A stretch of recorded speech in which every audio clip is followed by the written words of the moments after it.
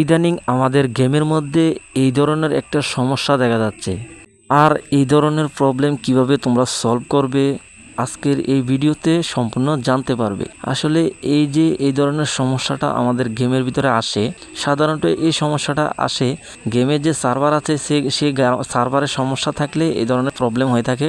তো আমি কিন্তু কালকে একটা ভিডিও আপলোড করেছিলাম, আর সেই ভিডিওতে আমি বলেছিলাম এটা কোনো হিউজ পরিমাণ একটা প্রবলেম না, যে কারণে তোমরা ভয় পাওয়ার কোনো কারণ নাই। আর এই ধরনের সমস্যার মুখোমুখি আমিও হয়েছি। তারপর 2-3 ঘন্টা পর আমি আবার গেমের ভিতরে ঢুকি। গেমের ভিতরে ঢোকার পর দেখতেছি আমার আইডিটা আবার লগ ইন হয়ে যাচ্ছে।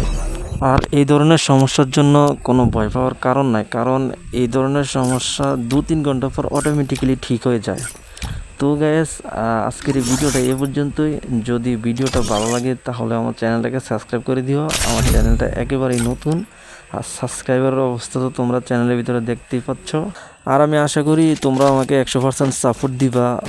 আর আমি এই চ্যানেলের ভিতরে এই ধরনের যত সকল সমস্যা রয়েছে সেই সকল সমস্যার আপডেট নিয়ে আসবো, যাতে তোমাদের সুবিধা হয়, কোনো সমস্যা পড়তে না হয়।